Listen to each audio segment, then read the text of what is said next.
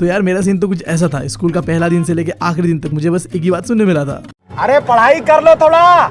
और जहाँ तक की बात रहा अपने स्कूल लाइफ से कौन सा एक लास्ट लेसन मैंने सीखा, तो मेरे क्रश का बताया वो बात कि नेवर ट्रस्ट वुमेन, और बंदी ने जाते जाते हैंड्स प्रूफ भी कर दिया मेरे दिल के साथ। क्या बताया इसके बारे में। खैर आज के चैप्टर का नाम भी है द लास्ट लेसन। राइटर का नाम तुम मुझे बताओगे। अगर तुम्हें तुम्हारी बंदी चाहिए तो कमेंट्स में बताओ क्या है राइटर का नाम। इस स्टोरी का टाइमलाइन चलता है ऐसे समय के बीच जब फ्रांस और पर्शिया वॉर कर रहा होता है। पर्शिया तुम समझ लो आज का जर्मनी है ना, उसे एक समय में पर्शिया बुलाया जाता था। तो जब फ्रांस और पर्शिया वॉर कर रहा होता है तो फ्रांस हार जाता है, जिस वजह से फ्रांस को गंवाना पड़ता अपना 2 डिस्ट्रिक्ट एल्जेस एंड लॉरेन। तो इन दोनों डिस्ट्रिक्ट पे पहले पढ़ाया जाता था फ्रांस और अब पढ़ाया जाएगा जर्मनी। और इस स्टोरी के अंदर 2 कैरेक्टर्स होता है। पहला कैरेक्टर एम हेमल जो कि फ्रांस टीचर होता है, वो अपना आखिरी लेसन देने वाला था इससे पहले कि वो अपना देश छोड़ के चला जाए। और दूसरा कैरेक्टर था फ्रांस जो कि बिल्कुल मेरी तरह ही अपने टीचर को बिल्कुल ही सीरियस नहीं लेता था। अब इससे पहले कि हम स्टोरी पे आगे बढ़े, मैं हूं तुम लोगों का दोस्त और होस्ट बीवी, निकल चुका स्टोरी टेलर बनने के जर्नी पे। एक्सपर्ट नहीं हूं बट हाँ वो चीजें करने का कोशिश कर रहा हूँ जिससे मुझे अच्छा फील हो और तुम लोगों को ये स्टोरी मरते दम तक याद रहे।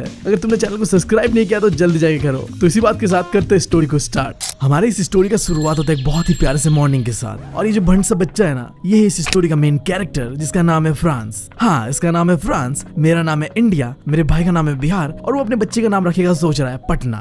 हमारे यहाँ ऐसा ही होता है।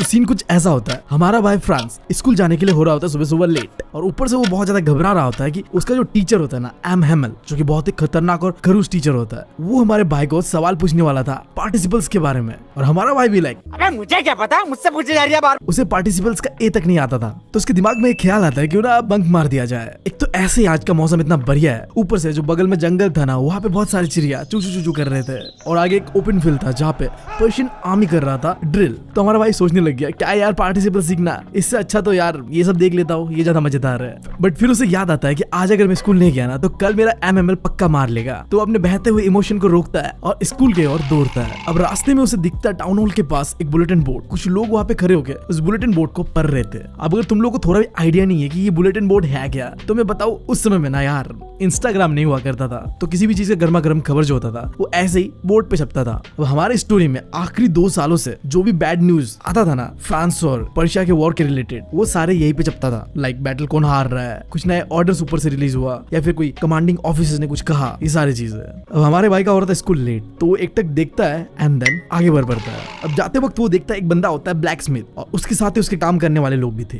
तो वो ब्लैक स्मिथ मुड़ के हमारे भाई को कहता है, अरे बेटा कहाँ दौड़े दौड़े जा रहे हो, आराम से चले जाओ, मुंह निकल जाएगा तुम्हारा। अब ये बात सुन के हमारे भाई को लगता है कि ये बंदा मेरा मजाक उड़ा रहा है। वो इग्नोर करता है उसके बातों को और आगे स्कूल की ओर निकल पड़ता है, और कुछ ही देर में वो स्कूल पहुंच भी जाता है। बट स्कूल पहुंचने के बाद वहां का नजारा देखकर वो दंग रह जाता है। नॉर्मल डेज में जो उसके स्कूल होता था ना वो शोर शराबों से भरा हुआ होता था। हम सबका भी ऐसा ही होता है यार, स्कूल में शांति कहाँ मिलती है। शांति का नाम मैंने क्यों ले लिया। खैर स्कूल में शोर शराबा नहीं होगा तो और कहाँ होगा। अब हमारे भाई के स्कूल में भी क्लासेस में इतना शोर शराबा होता था कि बाहर तक सुनाई देता था। बट आज कुछ अलग था, पूरा स्कूल का एनवायरनमेंट एक सन्नाटे से भरा हुआ था। हमारा भाई इस उम्मीद से था कि क्लास में ऐसे तो बहुत शोर शराबा तो होता ही है, और इसी शोर शराबों के बीच में कहीं से क्लास के अंदर में घुस जाऊंगा, किसी को पता भी नहीं चलेगा। बट आज का दिन इतना शांत था जैसे आज तो संडे हो। हमारा भाई खिड़की से देखता है कि उसके क्लासमेट अपने अपने जगह पे मस्त बैठा हुआ है, और साथ ही साथ टीचर एमएमएल भी क्लास के अंदर पे चले जा रहा था इधर से उधर, अपने हाथ पे बहुत ही खतरनाक सा एक स्केल लिए हुए। भाई एक समय हुआ करता था सही में जब स्केल से हमारी भी फटती थी, बट अब अच्छे दिन आ गए यार। अब हम नहीं डरते स्केल से, बट हमारे भाई को बहुत डर लग रहा था। अब पूरे क्लास के सामने उससे दरवाजा खोल के अंदर जाना होगा, भाई की फटी पड़ी थी। बट जब भाई ने एंटर करा क्लास के अंदर पे तो ऐसा कुछ हुआ नहीं जैसा उसने सोचा था। एमएमएल ने बड़े प्यार से उसे कहा, फ्रांस जाकर अपने सीट में बैठो, हम तुम्हारे बिना ही क्लास स्टार्ट करने वाले थे। भाई हमारा दौड़े दौड़े जाके अपने सीट पे जाके बैठता है, और वो नोटिस करता है कि आज हमारा खडूस टीचर एमएमएल कुछ अलग दिख रहा है। उसने ग्रीन कोट पहना हुआ था और एक फैंसी से शर्ट पहना हुआ था और अपना ब्लैक कैप पहना हुआ था। अब हमारा भाई सोच रहा था कि हमारे एमएमएल सर तो ऐसे ड्रेसेस तभी पहनता है जब कुछ स्पेशल ओकेजन होता है, लाइक कोई एनुअल फंक्शन हो गया या प्राइज डिस्ट्रीब्यूशन करना हो। बट आज तो ऐसा कुछ खास दिन नहीं था, फिर आज क्यों। अब ये सोच ही रहा होता है कि वो और सरप्राइज हो जाता है अपने पीछे देखकर। नॉर्मली उसके क्लास के अंदर का जो बैक बेंचेस है ना वो खाली रहता था। हाँ क्योंकि उसके क्लास में ना ये बैक बेंचर नाम का जो प्रजाति है ना वो एग्जिस्ट ही नहीं करता है। आई डोंट नो क्यों, मतलब एक ऐसा क्लास जहाँ बैक बेंचर ही नहीं है, ऐसा कैसे हो सकता है यार। बट आज क्लास के उस बैक बेंचेस पे गांव के कुछ बूढ़े बूढ़े लोग आके बैठे हुए थे। अब कौन कौन लोग पीछे बैठे हुए थे, एक बंदा था जिसका नाम था ओल्ड हाउसर, जिसने एक ट्रायंगुलर शेप का टोपी पहना हुआ था। दूसरा था एक फॉर्मर मेयर और एक फॉर्मर पोस्ट मास्टर। इसके अलावा भी कई सारे लोग थे वहाँ। उन सबको देख के लग रहा था कि वो सारे के सारे बहुत दुखी है। स्पेशली हमारा ओल्ड हाउसर, पता नहीं उसे किस बात का इतना दुख था।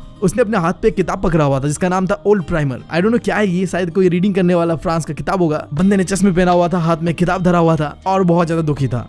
अब हमारा भाई ये समझने की कोशिश कर ही रहा होता है कि क्लास के अंदर पे ये हो क्या रहा है। तभी एमएमएल अपने चेयर से उठता है एंड बहुत ही प्यार से कहता है, मेरे बच्चों आज तुम लोग का आखिरी फ्रांस लेसन है जो मैं तुम लोग आज पढ़ाऊंगा। ऑर्डर आया बर्लिन से कि एल्जेस एंड लोरेन के सारे स्कूलों पे अब पढ़ाया जाएगा जर्मन लैंग्वेज। कल से तुम्हारा जर्मन टीचर आ जाएगा। ये तुम सबका आखिरी फ्रांस लेसन है। मैं चाहता हूँ कि तुम सब ध्यान से इस आखिरी क्लास को अटेंड करो। अब ये बात सुनकर हमारा भाई फ्रांस रियलाइज करता है कि उसने जो बुलेटिन बोर्ड पे न्यूज देखा था वो पक्का इसी बारे में था। अब भाई हमारा गुस्सा हो रहा था उन लोगों के ऊपर जिन्होंने ये ऑर्डर दिया है। वो अपने आप से ही सवाल करता है, मेरा आखिरी फ्रांस लेसन, बट मुझे ढंग से लिखना तक नहीं आता है अपने पास्ट के एक्शंस को लेके कि कैसे उसने क्लास बंक करा, जब पढ़ना आता तब पढ़ा नहीं, खेल मस्ती करा। उसके सारे बुक्स जो कि एक समय में उसे बोझ लगता था आज उसे एक पुराने दोस्त की तरह लग रहा था जिसे वो खोना नहीं चाहता था। भाई हमारा बहुत सैड फील करता है, यहाँ तक कि वो ये भी भूल गया था कि हमारे मास्टर जी का बीपी और स्केल कितना हाई है। अब उसे ये भी समझ आया कि गाँव के लोग जो पीछे बैठे हुए वो क्यों बैठे हुए। भाई साहब वो एक समय के बैक बेंचर्स होते होंगे इसीलिए आके बैठे हुए हैं। जोक्स अपार्ट, सीरियसली मत लेना। वो सारे के सारे लोग इसलिए आए हुए थे कि वो हमारे मास्टर को थैंक यू करना चाहते थे जो 40 साल हमारे मास्टर जी ने ईमानदारी से अपना ड्यूटी निभाया और साथ ही साथ वो रेस्पेक्ट शो कर रहे थे अपने कंट्री के लिए जिसे अब उन्होंने खो दिया था। अब जो हमारा भाई फ्रांस ख्यालों में खोया हुआ था कि ये क्लास में चल के आ रहा है, तभी अचानक से उसका नाम बुलाया जाता है। समय आ चुका था हमारे भाई का पार्टिसिपल्स बोलने का। अब हमारा भाई मन ही मन सोच रहा होता है कि आज तो सर को इम्प्रेस कर देना है। ऐसे फर्राटेदार पार्टिसिपल सर को सुनाऊंगा ना, सर अपनी बेटी का हाथ ही मुझे दे दे इम्प्रेस होकर। अरे शर्म नहीं आता आपको? बट वो सोच तो रहा था कि आखिरी लेसन है, कुछ भी गलती नहीं करना है, सब परफेक्टली होना है। बट वो पहले ही वर्ड पे हक देता है। उससे कुछ बोला ही नहीं जा रहा था, बहुत ज्यादा नर्वस हो चुका था वो। उसे लग रहा था कि अब तो एमएमएल उसे पक्का पनिशमेंट दे के रहेगा, बट ऐसा कुछ होता नहीं है। एमएमएल पनिशमेंट नहीं देता उसे, बट हाँ सुनाता जरूर है। एमएमएल कहता है, देखो हम कहाँ आ चुके हैं, हमें लगता है कि हमारे पास बहुत समय है और यही बात कहते कहते हम अपने आप को हर चीजों के लिए टालते रहते हैं। और आज हम एक ऐसे सिचुएशन पे आ चुके हैं जहाँ पे हम अपनी ही लैंग्वेज को खोने वाले हैं। हमने उन जर्मन्स को मौका दे दिया है कि वो हमारा मजाक उड़ाए कि तुम लोग कैसे लोग हो, तुम्हें अपना ही लैंग्वेज सही से बोलने नहीं आता। तुम अपने आप को कहते हो कि हम फ्रांस के लोग हैं, बट तुम्हें तो फ्रांस ही बोलना नहीं आता। बट ये तुम्हारी गलती नहीं है फ्रांस, ये हम सब की गलती है। तुम्हारे पेरेंट्स तुम्हारे पढ़ाई को लेके सीरियस नहीं थे, वो तुम्हें कुछ चंद पैसों के लिए फार्म में काम करने के लिए भेज देते थे। साथ ही साथ ये मेरी भी गलती है, मैंने कई बार तुमको गार्डन के फ्लावर्स पे पानी देने भेज दिया और जब मुझे फिशिंग करने को जाना होता था तब मैं तुम्हें छुट्टी दे देता था। तब अगर मैंने तुम लोग को पढ़ाया होता तो शायद आज का ये दिन ना देखना पड़ता। एमएमएल कहता है कि फ्रेंच एक बहुत ही ब्यूटीफुल लैंग्वेज है जो कि बहुत ही क्लियर है और बहुत ही ज्यादा लॉजिकल है। आई डोंट नो, होता होगा शायद, बट इंग्लिश तो नहीं है यार, लॉजिकल तो कहीं से भी नहीं लगता मुझे। क्या तुम मेरे इस बात से एग्री करते हो? कमेंट्स पे बताओ। फिर हमारा टीचर जी एमएमएल आगे कहता है कि हम सबको अपने लैंग्वेज को प्रोटेक्ट करना होगा, हमें कभी भी इसे भूलना नहीं है। अगर हम अपने लैंग्वेज को भूल गए तो हम हमेशा हमेशा के लिए गुलाम बन के रह जाएंगे। हमारे आजादी का चाबी है ये लैंग्वेज जो हमें यूनाइट करेगा। आज हम हार चुके हैं, बट आगे जाके हम अपने फ्रीडम के लिए लड़ेंगे और ये लैंग्वेज उसमें बहुत ही इंपॉर्टेंट रोल प्ले करेगा। अभी बड़ा सा लेक्चर हमारे भाई फ्रांस को देने के बाद एमएमएल स्टार्ट करता है ग्रामर लेसन्स को पढ़ाना। और इस बार के इस ग्रामर क्लास को अटेंड करके हमारा भाई हक्का बक्का रह जाता है। उसे हर एक चीज इतना आसान लगने लगता है, वो समझ नहीं पा रहा था यही तो चीजें मुझे सबसे ज्यादा डिफिकल्ट लगता था, बट आज आई डोंट नो व्हाई इतना आसान क्यों लग रहा है। शायद उसने पहली बार एमएमएल के क्लास को इतने ध्यान से सुना था और दूसरी तरफ एमएमएल भी इतने अच्छे तरीके से चीजों को एक्सप्लेन कर रहा था। शायद ही आज तक कभी उसने ऐसे पढ़ाया होगा। एमएमएल को देख के ऐसा लग रहा था कि वो अपने लास्ट लेसन पे जो भी जानता था ना वो सारी चीजें अपने बच्चों को सिखा के जाना चाहता था, इससे पहले कि वो हमेशा हमेशा के लिए अपने देश को छोड़ के चला जाए। थोड़ी देर में होता है ग्रामर क्लासेस खत्म और वो बढ़ते हैं अब राइटिंग क्लासेस की ओर। एमएमएल ने पूरे क्लास के लिए कुछ नए कॉपीज लाया था और उन कॉपीज के ऊपर कुछ लिखा हुआ था फ्रांस एल्जेस, जो कि शो कर रहा था कि भाई हमारा अपने कंट्री से और अपने रीजन से कितना प्यार करता है। जैसे राइटिंग क्लास स्टार्ट होता है पूरा क्लास सन्नाटे से भर जाता है। पूरे क्लासरूम के अंदर अगर कुछ सुनाई दे रहा था तो वो लोगों का लिखता हुआ जो पेन का आवाज है बस वही हमारा भाई भी लिख रहा था। और लिखते लिखते वो सुनता है कि छत के ऊपर में कुछ कबूतर गुटर गुटर गु कर रहे हैं। अब वो सोच में पड़ जाता है कि जर्मन आर्मी इन कबूतरों को भी गुटर गु करने से रोक के